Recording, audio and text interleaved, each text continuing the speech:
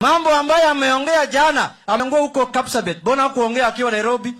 Mbona hakuongea akiwa Murang'a? Mbona hakuongea hapa Narok? Anaenda kuinsight watu huko Wasingishu.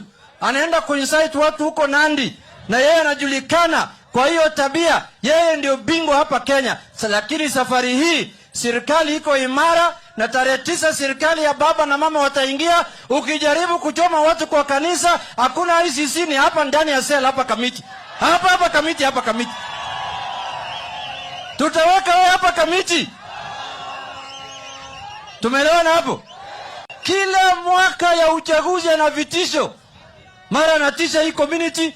Last election, sisi watu wa Migori na huko Nyanza aliita sisi militia. Mnakumbuka?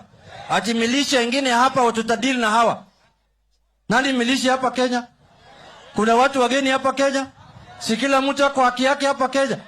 Sasa hapana tisha wakati ya kuchoma watu kwa kanisa imeisha. Safari utashindwa peupe, na ukicheza ulete nyokonyoko Kabiti mara moja. Tena sio baba atakuweka Kamiti, watu kama sisi ndio tutakaweka kwa Kamiti. Pana cheza na sisi wewe. Unatisha nani bana? Unatisha nani? William Ruto unatisha nani hapa Kenya? Wewe unaweza tisha nani? Wewe kondoo ambaye hata una meno ya mbele. Meno ya mbele yote ni ya fake. Unaweza tisha nani wewe? Unatisha nani hapa Kenya bana? Ruto unatisha nani bwana?